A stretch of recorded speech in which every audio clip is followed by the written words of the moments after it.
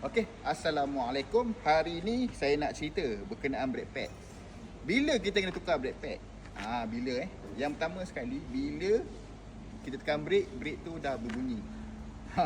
Tu adalah satu signal yang kata kita dah kena tukar brake pad.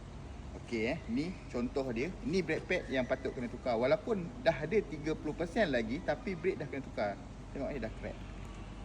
Nampak dah crack. Okey, ni pula tebal lagi. Owner mungkin jarang pakai kereta, tapi brake pad dia dah keras. Ni masih ada dalam 80%, tapi brake pad dah keras. So memang kena tukar juga. Sebab brake pad ni dia macam tayar lah. Dia ada masa dia akan keras. So brake tu memang tak perform lah. Tekan brake je tak mengelonsor je ke depan. Mengelonsor kita panggil. Itu lah. So kenalah tukar brake pad. Tak kisahlah awak pakai brake apa, brake 6 port ke 4 port ke, brake standard ke. Sebab brake ni adalah satu komponen yang penting untuk berhentikan kereta, yang akan selamatkan nyawa kita ketika memandu. Bye bye.